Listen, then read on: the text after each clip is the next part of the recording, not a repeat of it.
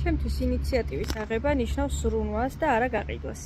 Ბევრჯერ მქონია სიტუაცია, როცა ადამიანი ესე ქუჩაში შემხვედრია პირისპირ,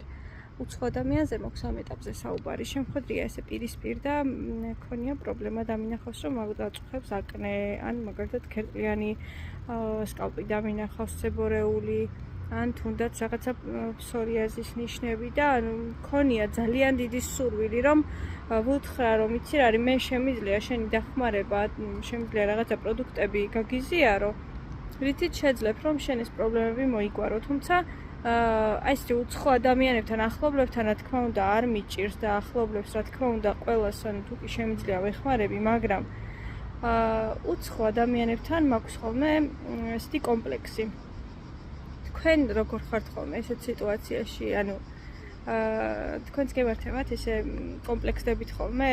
რომ მიხვიდეთ და ადამიანს ჯერ ერთი რომ ესე პირდაპირ ვერ მიახლი, უნდა გამოელაპარაკო, ხო და მე კიდე ესე მიხვიდე და პირდაპირ უთხრა, რომ იცი რა, შენ ეს პრობლემა გაქვს, ის თვითონაც ხომ იცის,